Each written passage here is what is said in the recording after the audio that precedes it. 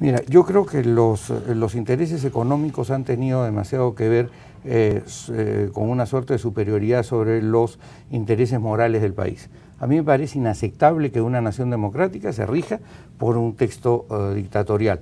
Es como si una gavilla de ladrones viniera acá, nos apuntara a todos con un revólver, y una vez que después los han encarcelado, nos obliga a hacer determinadas cosas, nosotros las hacemos mientras estamos apuntados por el revólver, pero después viene la policía, los detiene, los mete a la cárcel, los hace escapar, y nosotros, no obstante que ellos están detenidos, seguimos obedeciendo las órdenes que los ladrones nos dieron. Tendríamos que ser medios locos o medios idiotas, ¿no es verdad? Bueno, eso es lo que pasa en el Perú. Es decir, realmente lo que ha pasado es una suerte de pragmatismo cobarde, vamos a decirlo con toda franqueza.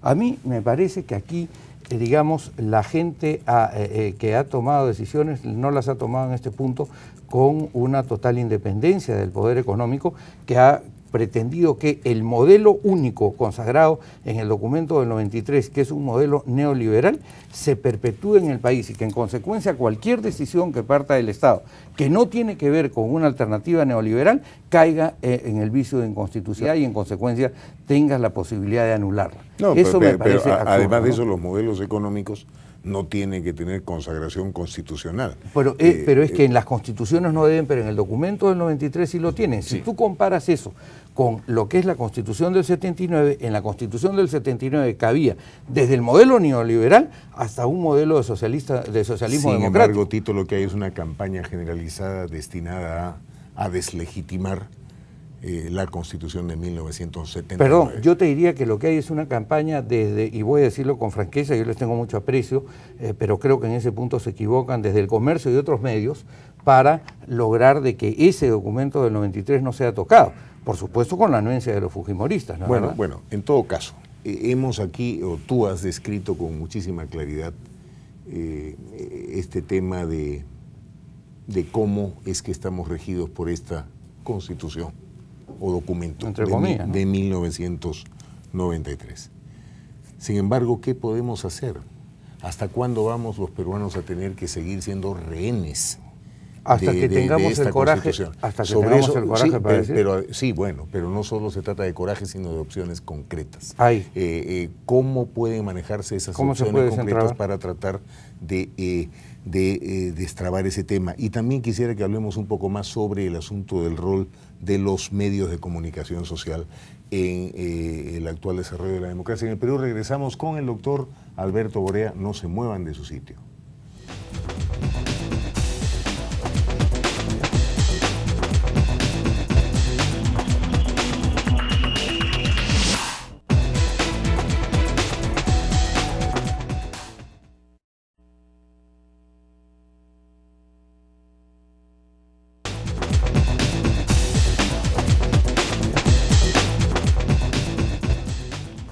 Justo revisaba la última edición de Le Monde Diplomatique, que todavía hay algunos ejemplares en el mercado, pueden conseguirla ustedes en todo el Perú.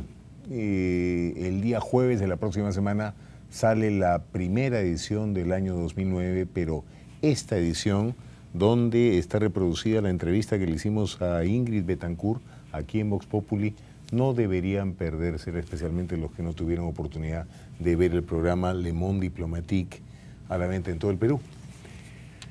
Seguimos con el doctor Alberto Borea, ex senador de la República. El Congreso fue para ti un lugar donde en un momento dado tuviste una importante consagración política. ¿Cómo ves el Congreso actual? ¿Qué pasa? ¿Por qué hasta ahora no es posible avanzar en este camino de derogar esta Constitución? El propio presidente del Congreso actual me dijo en un programa televisivo que no había forma de estructurar una mayoría calificada de 80 votos, que es lo que se necesita. Eso es falso. Eso es falso, absolutamente falso. Yo creo que hay los 80 votos. En todo caso, mi amigo Javier Velázquez Quesquén tiene abiertas las puertas de Vox Populi. Yo lo he conversado con él en el programa que yo conduje el año pasado en el Canal 8 de Arequipa. Sí. Y efectivamente tanto él como Daniela Bugatás y el propio Mauricio Mulder, señalaron que era posible hacer la modificación del documento del 93, que además es una orden del Tribunal Constitucional, es una invocación. Cuando se presentó por más de 5.000 ciudadanos una demanda para que se declarara la nulidad de ese documento, efectivamente el Tribunal Constitucional declaró que era espurio, que era ilegítimo, pero señalaron que eso le correspondía al Congreso de la República, que debía de hacerlo, y no al Tribunal Constitucional, cosa que para mí me pareció un error. Pero ¿cómo acallar, Tito, las voces periodísticas de gente que inclusive no podemos negar que también hay gente respetable, que dice que el Perú tiene otras prioridades, que ahora estamos creciendo económicamente, yo no veo por qué el hacer una constitución democrática frena el desarrollo económico, porque entre otras cosas es un tema que ya se había discutido y se había superado incluso en el Parlamento anterior con lo que se denominó la Comisión PIS. Pero ese era el momento de hacerlo. Bueno, efectivamente, yo creo que hubo dos momentos de hacerlo. Primero, la caída de Fujimori, cuando se hizo la comisión de expertos que convocó el presidente Paniagua y donde precisamente la primera salida era la declaración de nulidad del documento del 93 y la restitución con modificaciones de la Constitución del 79, porque por cierto que hay que modificarla y hay que ponerla a tono con los tiempos, eso no cabe ninguna duda. Como cualquier constitución. Pero como cualquier norma jurídica.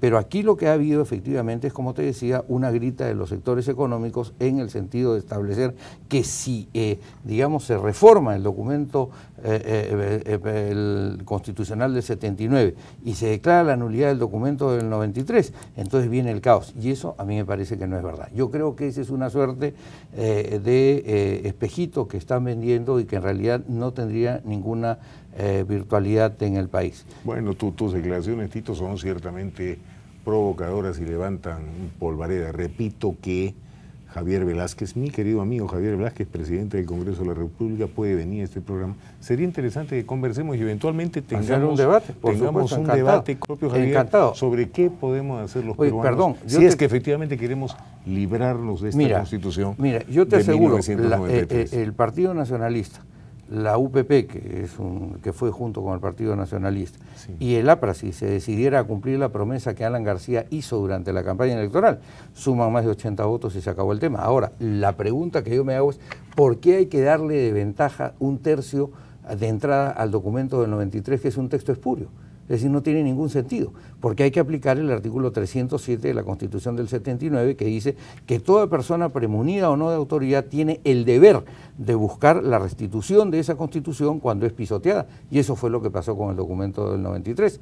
En consecuencia, a mí me parece absurdo verdaderamente el hecho de darle una ventaja de 1/3 de entrada al documento del 93. Eso es simplemente no entender las claves de lo que es el manejo constitucional de un país. Eso es así.